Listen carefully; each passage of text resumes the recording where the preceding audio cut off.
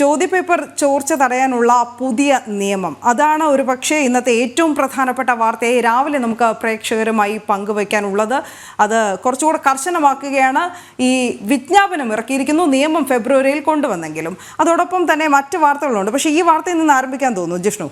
Anu, good morning. തീർച്ചയായും രാജ്യത്ത് ഉദ്യോഗാർത്ഥികളെ സംബന്ധിച്ച് അല്ലെങ്കിൽ മത്സര പരീക്ഷ എഴുതുന്ന വിദ്യാർത്ഥികളെ സംബന്ധിച്ചേറെ അനുകൂലമായൊരു നിലപാടാണ് ഇപ്പോൾ കേന്ദ്ര സർക്കാരിന്റെ ഭാഗത്തു നിന്നുണ്ടായിട്ടുള്ളത്. ഈ നിയമവുമായി ബന്ധപ്പെട്ട് അത് പാസ്സാക്കുന്നത് ഈ വർഷം ഫെബ്രുവരിയിൽ തന്നെ നടന്നിരുന്നു. അതായത് ലോക്സഭാ തെരഞ്ഞെടുപ്പിന് മുൻപേ തന്നെ ലോക്സഭാ തെരഞ്ഞെടുപ്പിന്റെ നടപടികൾ ആരംഭിക്കുന്നതിന് തൊട്ടു മുൻപായാണ് ഇത്തരത്തിലൊരു നിയമം പാസ്സാക്കിയത്. എന്നാൽ അതിന്റെ വിജ്ഞാപനം പുറപ്പെടുവിച്ചിരുന്നില്ല. ഇപ്പോൾ നെറ്റ് പരീക്ഷകളിൽ ഇത്തരത്തിൽ ക്രമക്കേട് നടന്നു എന്ന് കണ്ടെത്തിയതിനെ തുടർന്നാണ്, അല്ലെങ്കിൽ അത്തരത്തിലുള്ള ആശങ്കകൾ ഉണ്ടായ സാഹചര്യത്തിലാണ് ഈ പൊതുപരീക്ഷയിൽ അന്യായങ്ങൾ തടയുന്നതിനുള്ള നിയമം ഇപ്പോൾ അതിന്റെ വിജ്ഞാപനമായി പുറത്തിറക്കിയിട്ടുള്ളത്. ഈ വിജ്ഞാപന പ്രകാരം അല്ലെങ്കിൽ പുതിയ നിയമപ്രകാരം മത്സര പരീക്ഷകളിൽ ഏതെങ്കിലും തരത്തിലുള്ള ക്രമക്കേടുകൾ നടത്തുന്നവർക്ക് 10 വർഷം വരെ തടവ് ശിക്ഷ ലഭിക്കും എന്നുള്ളതാണ് ഏറ്റവും പ്രധാനപ്പെട്ട കാര്യം. അതിൽ നിയമം കൂടുതൽ കർശനമാക്കിക്കൊണ്ടാണ് ഇത്തരത്തിലൊരു വിജ്ഞാപനം പുറത്തിറക്കിയിട്ടുള്ളത്. അത് പ്രാബല്യത്തിൽ വരുമ്പോൾ നമുക്ക്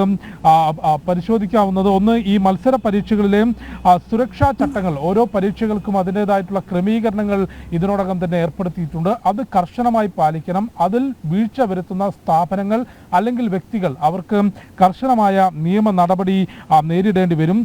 സംഘടിതമായൊരു സ്ഥാപനമോ അല്ലെങ്കിൽ ഒരു ഗ്രൂപ്പോ ആണ് ഇത്തരത്തിലുള്ള മത്സര പരീക്ഷകളിലെ സുരക്ഷാ ക്രമീകരണങ്ങളിലോ അല്ലെങ്കിൽ ചോദ്യപേപ്പർ ഈ പരീക്ഷ എഴുതുന്നതിൽ ഏതെങ്കിലും തരത്തിലുള്ള തട്ടിപ്പ് അല്ലെങ്കിൽ പരീക്ഷകളിൽ ക്രമക്കേട് സംഘടിതമായി നടത്തി എന്ന് കണ്ടെത്തിയാൽ അവർക്ക് 5 മുതൽ 10 വർഷം വരെ തടവ് ശിക്ഷ ലഭിക്കും. കൂടാതെ 1 കോടി രൂപയിൽ കുറയാത്ത പിഴയും ഈ ഒരു വിഷയവുമായി ബന്ധപ്പെട്ട് ഈടാക്കും. കൂടാതെ ഒരു വ്യക്തി ഒറ്റയ്ക്കാണ് ഇത്തരത്തിലൊരു മത്സര പരീക്ഷയിൽ ഏതെങ്കിലും ഒരു ക്രമക്കേട് നടത്തി എന്ന് കണ്ടെത്തിയാൽ അല്ലെങ്കിൽ അതിന് ശ്രമിക്കുകയാണെങ്കിൽ 5 വർഷം വരെ തടവും ഒപ്പം 10 ലക്ഷം രൂപ വരെ പിഴയും ലഭിക്കും എന്നുള്ളതാണ് മനസ്സിലാക്കേണ്ടത്. ഇതിൻ്റെ ഈ ശിക്ഷയുടെ കണക്കുകൾ പരിശോധിക്കുന്നതിനപ്പുറത്തേക്ക് ഇത്തരത്തിലൊരു നിയമം കൊണ്ടുവരുന്നതിലൂടെ രാജ്യത്തെ മത്സര പരീക്ഷകൾ കുറ്റമറ്റതാക്കുന്നതിന് അല്ലെങ്കിൽ മത്സര പരീക്ഷകളിലെ ക്രമക്കേടുകൾ പൂർണ്ണമായും ഇല്ലാതാക്കുന്നതിനും നിലവിലുയരുന്ന ആശങ്കകൾ ഭാവിയിൽ പൂർണ്ണമായും പരിഹരിക്കുന്നതിനുമാണ് ഇത്തരത്തിലൊരു നിയമം ഇപ്പോൾ പുറത്തിറക്കിയിട്ടുള്ളത്. അതായത്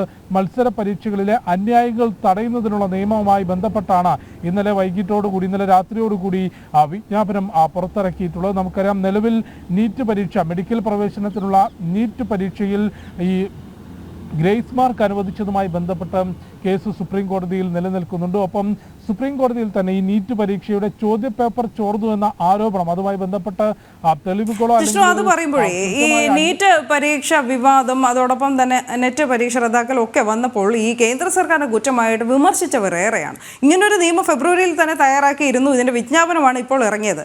അത് ഓർമ്മിപ്പിക്കണമല്ലോ. കാരണം മറ്റ് വിഷയങ്ങൾ കൂടി ചർച്ചയിൽ എടുക്കുമ്പോൾ പോലും ഈ ഒരു വിഷയത്തിൽ കേന്ദ്ര സർക്കാരിന്റെ ഭാഗത്ത് കുറ്റം എന്നൊക്കെ ചൂണ്ടിക്കാട്ടാനുള്ള വ്യഗ്രത പല കോണുകളിൽ നിന്ന് ഉയരുന്നൊരു സാഹചര്യമുണ്ട്. അതുകൊണ്ട് പറഞ്ഞതാണ്.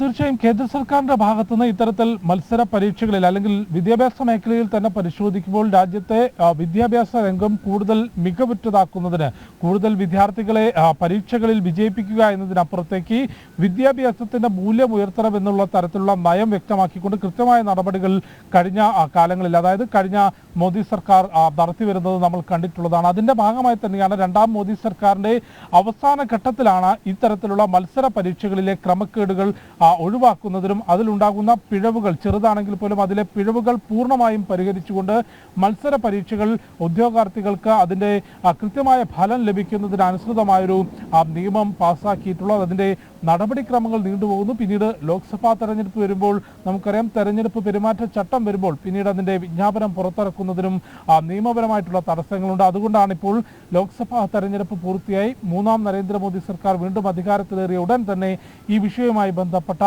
നിയമത്തിന്റെ വിജ്ഞാപനം ഇപ്പോൾ പുറത്തിറക്കിയിട്ടുള്ളത്. രാജ്യത്തെ മത്സര പരീക്ഷകളിൽ നടക്കുന്ന അന്യായങ്ങൾ തടയുന്നതിനാണ് ഈ നിയമത്തിലെ വ്യവസ്ഥകൾ ചൂണ്ടിക്കാട്ടുന്നത്. അത്തരത്തിലുള്ള മത്സര പരീക്ഷകളിൽ ഏതെങ്കിലും തരത്തിലുള്ള ക്രമക്കേടുകൾ നടന്നാൽ, അതൊരു സ്ഥാപനം നടത്തിയാലോ അല്ലെങ്കിൽ കുറച്ച് വ്യക്തികൾ ചേർന്നുകൊണ്ട് ഒരു ഗ്രൂപ്പായി നടത്തിയാലോ അല്ലെങ്കിൽ ഒരു വ്യക്തി ഒറ്റയ്ക്ക് നടത്തിയാലോ എത്തരത്തിലുള്ള നടപടികൾ ഈ സാഹചര്യങ്ങളിൽ സ്വീകരിക്കണം, അതിനുള്ള ശിക്ഷ എന്തായിരിക്കണം, അതിനുള്ള മറുപടി എന്തായിരിക്കണമെന്ന് വളരെ കൃത്യമായി വിജ്ഞാപനം പുറത്തിറക്കിയിട്ടുണ്ട്. ഇതിലൂടെ ഇനി ഭാവിയിൽ നീറ്റ് പരീക്ഷയാണെങ്കിലും നെറ്റ് ആണെങ്കിലും അല്ലെങ്കിൽ അത്തരത്തിലുള്ള ഏത് മത്സര പരീക്ഷകളിലാണെങ്കിലും അത് കുറ്റമറ്റ രീതിയിൽ നടത്താൻ സാധിക്കും എന്നുള്ളത് തന്നെയാണ് കേന്ദ്ര സർക്കാർ മുൻപോട്ട് വെക്കുന്നത്. നിലവിൽ നീറ്റ് പരീക്ഷയിൽ ഉയർന്നിട്ടുള്ള ആരോപണങ്ങളൊപ്പം ചോദ്യപേപ്പർ ചോർന്നു എന്ന ആരോപണവും ഇപ്പോൾ നിലനിൽക്കുന്നുണ്ട്. അത് സംബന്ധിച്ചൊരു കൃത്യമായൊരു തെളിവ് ഈ ആരോപണം ഉന്നയിച്ചവർക്ക് മുൻപോട്ട് വയ്ക്കാൻ സാധിച്ചിട്ടില്ല എങ്കിൽ പോലും അതൊരു ആരോപണമായി നിലനിൽക്കുന്നുണ്ട്. ഒപ്പം നെറ്റ് പരീക്ഷ ഏകദേശം 11 ലക്ഷത്തിലധികം പേര് എഴുതിയിട്ടുള്ള UGC